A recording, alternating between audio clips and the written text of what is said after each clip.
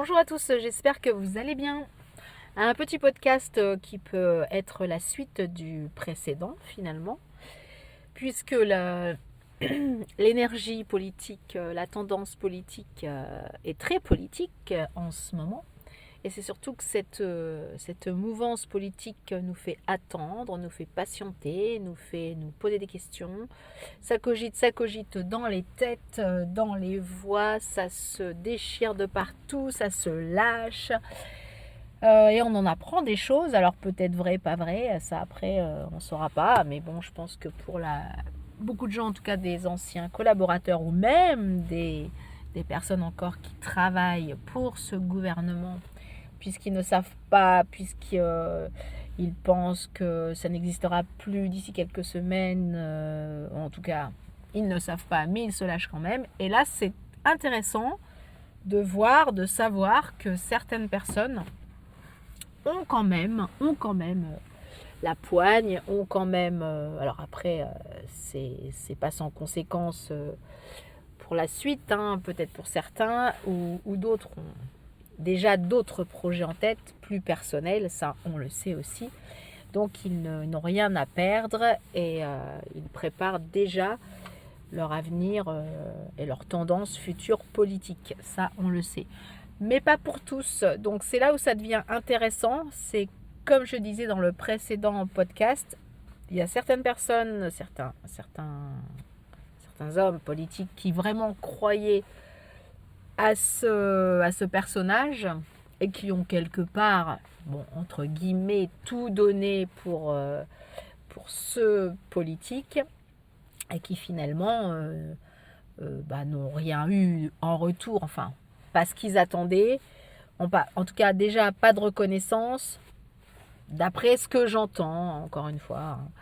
Et surtout très déçus par la façon de se comporter finalement envers les collaborateurs, les collègues, enfin bon, etc., etc., qui fait que on a beau ne pas être d'accord avec certaines opinions, je pense que ça a bien changé, on est d'accord, mais c'est la politesse, la courtoisie, le fait de respecter, même si on n'est pas d'accord avec son voisin, si on n'est pas d'accord avec le pays d'à côté, on va dire que ça n'empêche pas de parler et surtout de se respecter.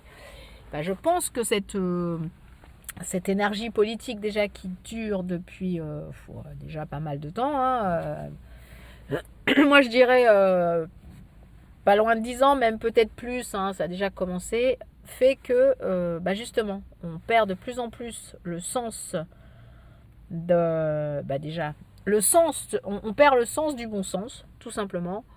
On perd, on sait plus ce que c'est que de faire la politique pour la politique. C'est-à-dire que c'est la politique pour soi, voilà, c'est pas pour logiquement la politique quand même, c'est pour un peuple, un pays.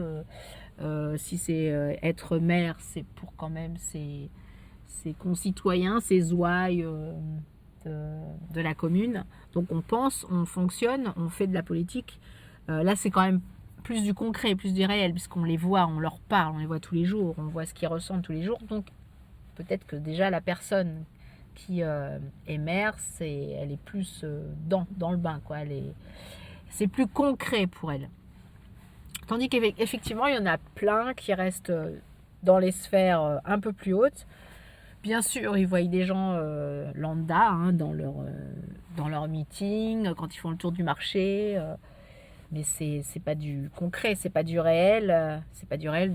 Il n'y a pas quelqu'un qui va leur dire: ah monsieur, dans ma rue, là il y a une boîte à lettres, il y a les boîtes à lettres, là elles ont été pétées cette nuit. Enfin, et là le stade, là il n'y a plus de lumière.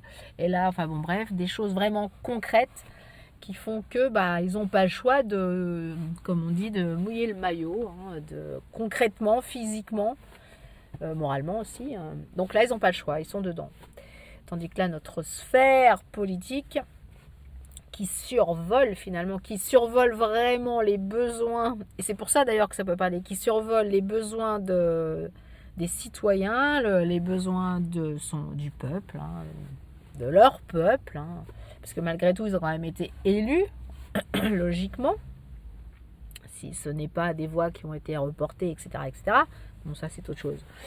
Mais donc c'est pour ça qu'à un moment donné, ne pensez qu'à soi, mais on n'est plus du tout dans le concret, on n'est plus du tout dans pourquoi ils ont été nommés finalement. Si les gens ont voté pour eux, pour ceux qui ont voté pour eux, c'est quand même pour qu'ils s'occupent justement d'améliorer leur quotidien, de voir si pourquoi le bus là il est encore pété, pourquoi dans cette école il y a autant d'insécurité, pourquoi, enfin bon bref, il y a plein de choses. Le maire, il doit être investi dans sa ville, quoi qu'il arrive. Je ne dis pas qu'il est responsable de tout, évidemment non, mais en tout cas, il doit quand même être vraiment interpellé par ce qui se passe dans sa ville. Sinon, c'est pas la peine d'être maire, hein, du coup. Hein. Déjà, d'être député, on est déjà hors sol et alors là, on est loin du compte en ce qui concerne la réalité et le concret. Et d'ailleurs, ça, c'est un peu dommage. Hein. Du coup, le cumul des mandats, c'est vrai que c'est pas terrible, mais au moins, ou en tout cas, je pense que les gens qui font de la politique, à un moment donné, il faut qu'ils soient dans le concret. C'est comme quand on fait un stage dans une entreprise, c'est comme quand beaucoup maintenant, on dit aux gamins d'aller faire un stage d'une semaine dans telle société, ou même de bosser pendant les vacances. Et ça, c'est du concret et ça montre vraiment ce que c'est de bosser déjà.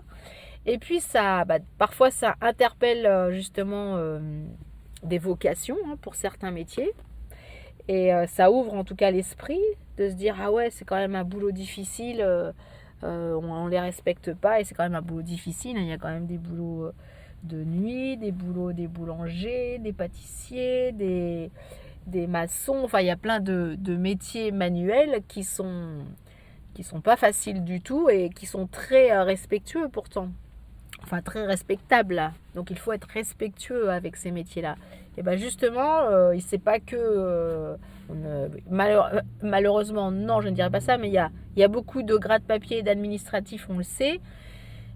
Mais d'être dans le concret, dans le physique, ça montre vraiment que s'il n'y avait pas ce concret et ce physique, en l'occurrence la France, puisqu'on parle de la France, ça tournerait pas rond. Déjà que ça tourne moyen, et la preuve, dès qu'il y a trop d'administratifs, ça ne tourne plus rond. Et là, c'est ce qui se passe actuellement dans plein de domaines. Alors qu'il en faut, bien sûr, d'administratifs, mais il en faut moins et il faut plus de concret pour faire avancer une société. Et voilà, il faut ramer pour être dans le bateau et avancer, il faut ramer. C'est la même chose. Dans une société, dans une entreprise, dans tout. Si on reste dans le bateau et qu'on ne fout rien et qu'on ne fait rien, qu'on fait du blabla, qu'on tourne la tête à droite, qu'on tourne la tête à gauche, qu'on regarde au centre, qu'on se montre, on peut parler, on peut commenter, ça, il n'y a aucun souci, mais on ne va pas avancer beaucoup si on ne rame pas. C'est une belle image, je trouve. Et puis du coup, on risque de couler, c'est exactement ça. On ne fout rien, on ne rame pas. Par contre, on parlote. On s'engueule, surtout aussi, parce qu'on ne respecte pas non plus l'adversaire. L'adversaire qui, puis finalement, dans le temps d'une élection, devient le super pote pour finalement, après, repartir sur des engueulades à n'en plus finir et surtout une éducation... donc c'est l'exemple qu'on donne aussi, justement, aux enfants, aux futurs votants, aux votants déjà. Mais pourquoi, quelque part, ils se disent, mais pourquoi déjà j'irai bosser? Pourquoi il faut que je sois poli alors que eux, à leur niveau, zéro éducation, mais c'est même pas de l'éducation, c'est juste un savoir-être dans une société où on vit en communauté. Voilà, c'est tout. Il y a des bases, il y a quelques bases. C'est comme en rugby, il y a des bases. Il y a des bases, il y a des règles. Même si on peut aller faire plein de choses, il faut que ce soit quand même cadré. C'est comme dans tout match. Je parle du rugby parce que même attention dans le foot aussi, dans plein d'autres sports aussi également.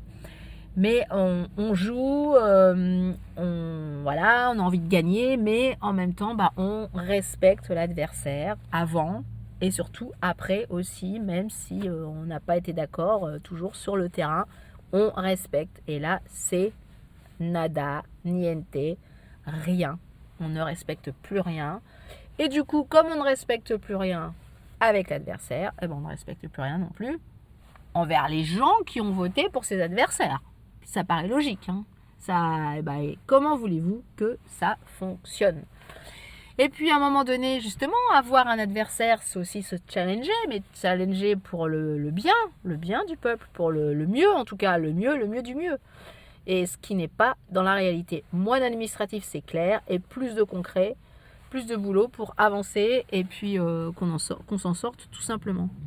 Et donner envie aux gens de consommer, non pas donner envie aussi, mais faire en sorte que les gens y puissent consommer pour relancer une économie et non pas la bloquer, la stagner et surtout la faire baisser.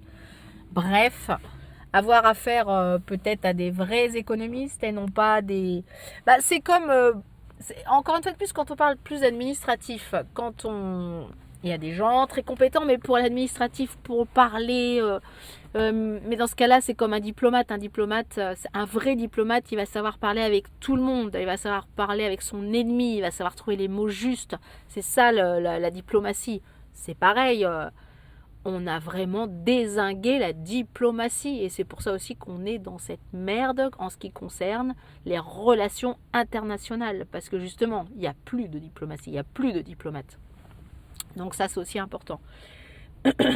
Et comment voulez-vous qu'à un moment donné, on se respecte, puisque de toute façon, il y a trop d'administratifs, on ne fait plus rien, on stagne. Et du coup, je voulais dire autre chose et j'ai perdu mon fil. Donc, voilà, en gros, il faut mettre un petit coup de pied là dans la fourmilière, qu'on se remonte les manches là. Ah oui, voilà. Parce que c'est bien. L'idée, les idées, là, depuis, à chaque changement de ministre, les idées principales pour relancer, pour annuler, en tout cas pour diminuer cette dette, c'est refaire plus d'impôts, augmenter les impôts, les taxes, les impôts, les taxes, les impôts. Là, déjà, on en est pas mal arrivé à très, très haut. Mais comment voulez-vous que... Alors déjà, c'est toujours les mêmes qui payent des impôts et des taxes. Moi, je dis, même celui qui ne gagne pas beaucoup, qui donne 1 euro d'impôt, c'est déjà mieux et plus participer à une société. Ça, déjà, ce serait la base. Et puis, à force d'augmenter justement les taxes, comment voulez-vous que les personnes, elles, reconsomment? Non, mais c'est tout con, ce que je vais dire, tout bête. Mais à partir du moment... on a plus d'argent dans son porte-monnaie, on va pas seulement faire que de l'économiser, parce que justement, vu la tendance actuelle, on va plutôt avoir envie de le dépenser, d'aller changer les idées, même si c'est juste pour aller voir une pièce de théâtre, sortir au musée, faire un petit voyage, et on consomme, donc, et on va aller boire un coup, et on va aller se manger un petit truc. Ça, c'est de la consommation. Ça, c'est des taxes qui rentrent, puisqu'on consomme, on consomme. On n'a pas compris que si on augmentait encore trop, les gens, ils ne sortent plus, ils restent chez eux, ils deviennent complètement aigris, et là, ça peut pas aller. Mais peut-être c'est ce qu'on cherche, encore une fois de plus. Ça dépend si on veut s'en sortir, ou si on veut avoir un peuple complètement aigri, qui déteste tout le monde, qui veut se battre avec tout le monde, et en plus, qui ne respecte rien, comme font le modèle politique. Donc, voilà, il y a des... Moi, je ne suis pas économiste, je ne suis pas, encore une fois de plus, le bon sens. C'est pour ça d'être dans le concret, ça fait cogiter un peu plus que d'être toujours dans son même périmètre carré, avoir tout le temps les mêmes personnes et ne jamais avoir d'idée. La seule idée pour relancer... augmenter les impôts, en tout cas augmenter les taxes, c'est pas forcément les impôts, c'est des impôts détournés. L'exemple par exemple de l'électricité, et ne me dites pas c'est à cause de l'Europe, puisque non, ça c'est des taxes sur des taxes que le monsieur a décidé d'augmenter, alors qu'on n'était pas obligé. Ne me dites pas à cause de l'Europe, parce que justement l'Espagne ne fait pas ça, il y a plein d'autres pays, non. Les taxes qui ont été augmentées en plus, c'était parce que déjà on avait envie de faire des impôts indirects, des impôts, donc des taxes sur des taxes. Mais c'était pas obligatoire, en tout cas on n'était pas obligé de les mettre à cause de l'Europe. Puis encore une fois de plus, l'Europe c'est bien pour une monnaie commune, c'est bien pour peut-être une armée commune aussi, peut-être pas non plus avec tous les pays européens. C'était un élève qui me disait ça l'autre jour, et c'est pas bête, d'avoir au moins un minimum centré par rapport à l'armée sur certains pays européens pour déjà avoir une armée de base, mais pas qu'un pays qui a toute l'armée.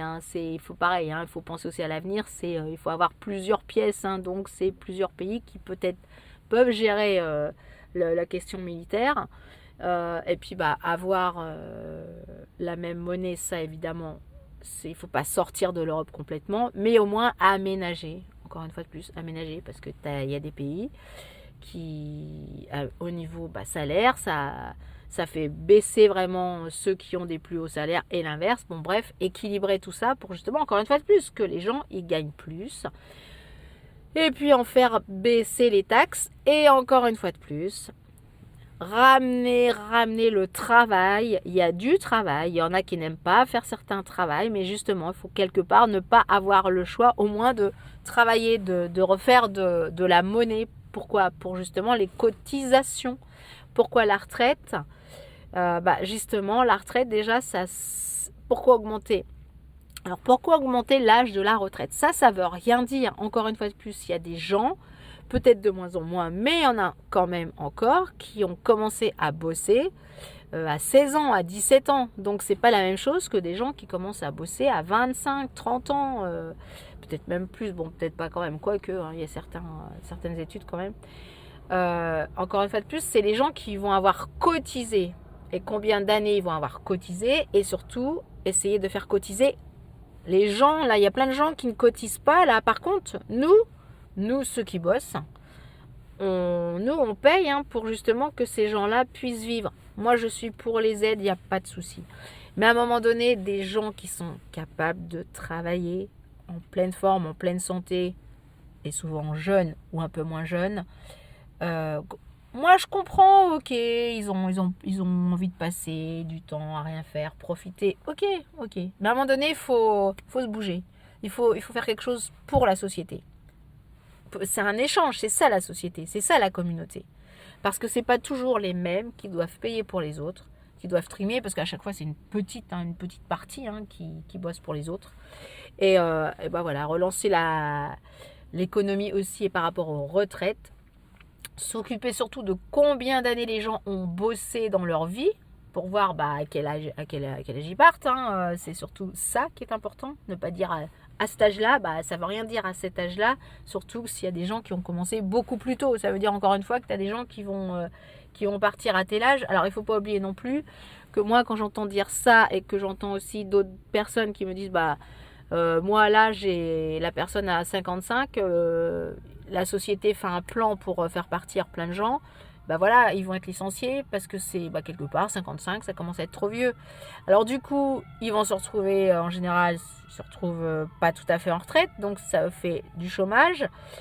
Donc effectivement, quand on est au chômage, ça leur fera moins d'argent cotisé pour ensuite toucher leur retraite. Et ça, il faut y penser aussi, le fait de virer des gens comme ça.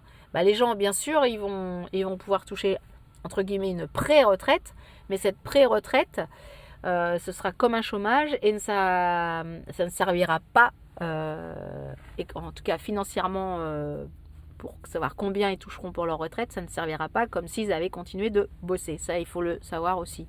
Donc quand on nous parle, allez-y, bosser jusqu'à tel âge, et qu'à partir déjà de 50, 55, allez, 55, 50, 55, déjà on est vieux, déjà quand on parle en course, on est déjà des seniors. il y en a plein qui sont virés. Alors dans les grosses sociétés, hein, ça, c'est souvent pas dans justement des gens, on parle pas de menuisiers, de maçons, de boulangers, ça non, ça n'existe pas parce qu'il faut qu'ils continuent à bosser. Et pourtant, ce sont les métiers les plus durs où souvent les gens ils commencent tôt et ils finissent tard aussi. Donc c'est là où il faut rééquilibrer aussi les gens qui ont bossé aussi dans des sociétés avec des produits plus dangereux, avec des métiers très physiques. Voilà, encore une fois de plus, c'est pour le bonheur des gens, le bienfait des gens. Il faut peut-être aussi apprendre, parce que donner c'est bien, mais aussi il faut qu'il y ait un partage, mais dans les deux sens, pas toujours dans le même sens, et toujours avec les mêmes personnes qui payent en fait, tout simplement. Donc moi je ne suis pas économiste, je ne suis pas politique, mais encore une fois de plus, le bon sens, il y en a. Encore faut-il ne pas penser par rapport au poste qu'on veut garder et que peut-être on va encore avoir après, parce que sinon on ne pense à rien d'autre et on ne solutionne rien, puisqu'on veut toujours rester au même poste. Et ça, c'est pas normal. Voilà, eh bien, mais tout ça, c'est essayer de ramener plein d'idées positives. Il y en a en plus. Le pire, c'est que cette France, c'est un pays magique, avec des gens magiques, parce qu'il y a tellement de gens intéressants. Eh bien non, ça apparemment, on n'en veut pas, on veut détruire, on veut oublier, alors qu'au contraire, non. Il faut vraiment que... Mais là, c'est pas seulement aux anciens, c'est qui se sont battus déjà depuis des années. C'est vraiment là, à la génération qui arrive, là, de arrêter de croire, de penser que il n'y a que mort aux riches, mort aux machins. Enfin bon, j'exagère en disant ça, mais quelque part, d'entendre certains discours, mais arrêter de vouloir tuer tout le monde, détruire tout le monde, dans le sens où c'est pas comme ça que vous allez vous construire votre avenir à vous. C'est regardez bien autour de vous ce que vous avez autour de vous. C'est quand même une grande chance déjà. Et puis surtout, de garder la liberté, la richesse de la pensée, la liberté, pensez-y. Et gardez-la surtout, ne vous laissez pas influencer par d'autres sociétés qui veulent aussi s'intégrer un peu trop, un peu partout. Et malheureusement, il y en a qui disent c'est pour du bien, mais regardez bien, soyez objectifs et regardez aussi ces sociétés par rapport à l'avenir de la femme, qui justement, c'est pas forcément des personnes disent que ouais, les femmes par rapport à certaines personnes, déjà posez-vous les bonnes questions de qui veut avoir un pouvoir, et ce pouvoir-là, il faut se méfier vraiment des alliances avec qui on les fait. Parce que en creusant bien et en regardant bien, et surtout avec l'histoire dans d'autres pays, où là c'est très grave, les alliances qui ont été faites, et je ne citerai rien ni personne, mais regardez votre histoire, mais pas si loin que ça, hein, dans les pays très très proches. Regardez bien les alliances qui ont été faites et regardez bien ce que ça devient au fur et à mesure. Mais attention, là il y a des affaires un peu qui sortent, mais on n'en parle pas trop. Et encore une fois de plus, c'est les femmes qui trinquent. Et déjà les choses qui se passent en France pour les femmes aussi. Voilà, il faut qu'on arrête faut qu'on arrête de défendre certaines personnes au détriment de d'autres personnes. C'est tout. Voilà. Et ça, les politiques, ils n'en tiennent pas compte suffisamment. En tout cas, certains politiques, sous prétexte de faire justement voter d'autres populations. Ce n'est pas du tout cibler d'autres personnes, c'est justement. Il faut que tout le monde, ces personnes, justement, se rendent compte dans quelle chance elles ont d'être dans ce pays, d'être nées dans ce pays. Eh bien, à un moment donné, si leurs ancêtres, ils ont voulu venir dans ce pays, c'est peut-être pour une raison, une bonne raison justement, la liberté, la démocratie et la laïcité qui doit absolument rester dans cette société. Mais je ne vais pas recommencer encore, hein, j'en ai déjà parlé plein de fois, donc voilà, allez voir les autres épisodes, n'hésitez pas, lâchez-vous, partagez, etc., etc. Je vous souhaite en tout cas de la pensée positive, un avenir merveilleux et surtout, encore plus de bon sens et c'est ça qui sauvera la France, le bon sens. Ciao, ciao!